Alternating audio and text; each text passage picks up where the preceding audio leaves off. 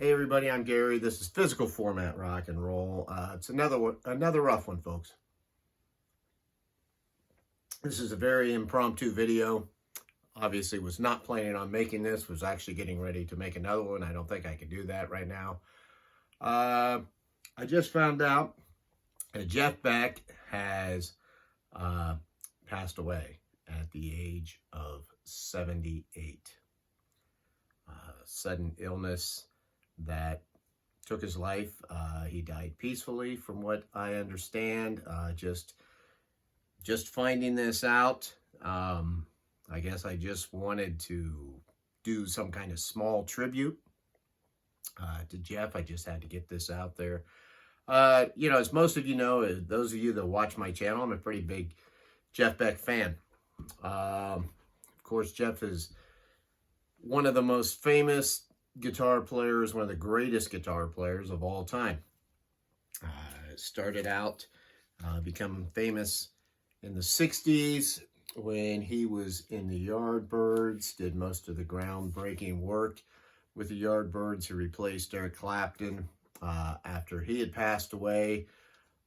Jimmy Page gave him the recommendation, gave the band the recommendation, and Jeff joined. Eventually, Jimmy Page joined also.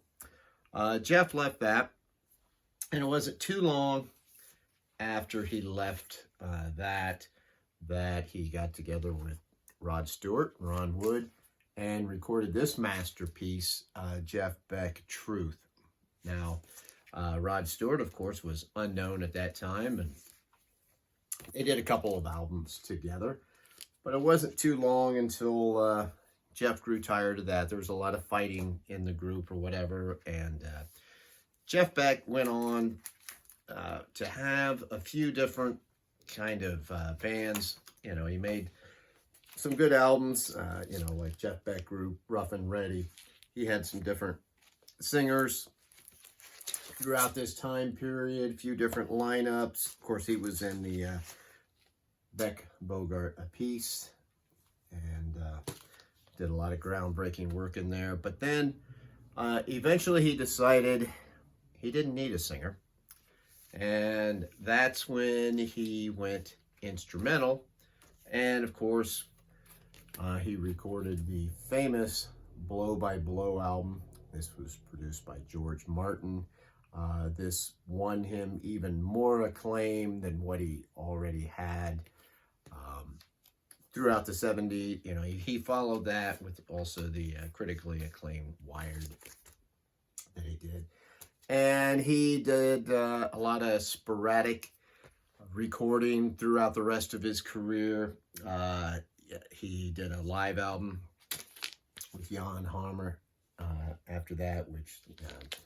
thank you, JC, for giving me this. This was the last Jeff Beck album that I have gotten, Japanese recording.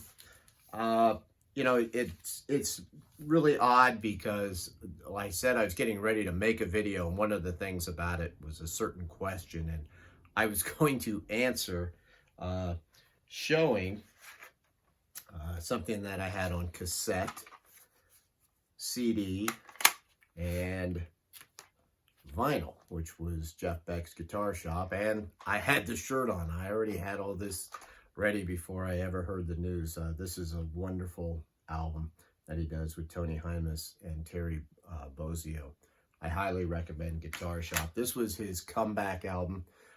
He made this after he did Flash, which was probably not his best album, but it was a return of Jeff Beck because he had been away for a little while, and then this one was, he turned in one of his best albums. I've seen Jeff 4 times in concert just recently.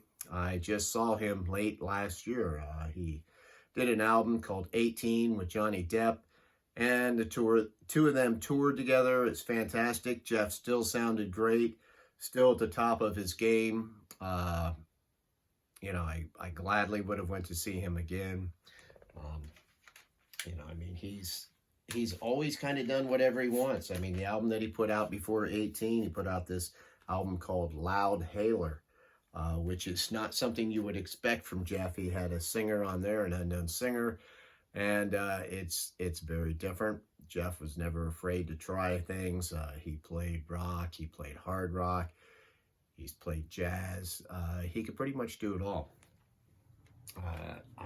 One that I would recommend to pick up is this Jeff Beck performing this week at Ronnie Scott's. This is a fantastic live album of Jeff Beck performing in a very small venue. This is a great one.